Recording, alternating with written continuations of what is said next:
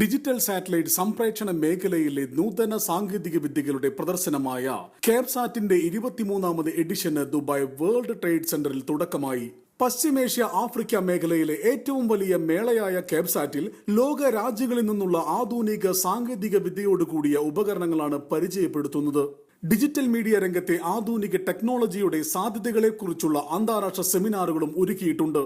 സാറ്റ് Expo conference, content congress, content delivery hub എന്നീ മേഖലയിൽ കോൺഫറൻസുകളും സെമിനാറുകളും നടന്നുവരുന്നുണ്ട്. 60 രാജ്യങ്ങളിൽ നിന്നുമായി 1000-ഓളം പ്രദർശകരാണ് ക്യാബ്സാറ്റിൽ പങ്കെടുക്കുന്നത്. ആധുനിക ടെക്നോളജിയുടെ കുതിച്ചുചാട്ടം വമ്പൻ മാറ്റങ്ങളുടെ തുടക്കമാണ് മാധ്യമരംഗത്ത് ഉണ്ടാക്കിയിട്ടുള്ളത്.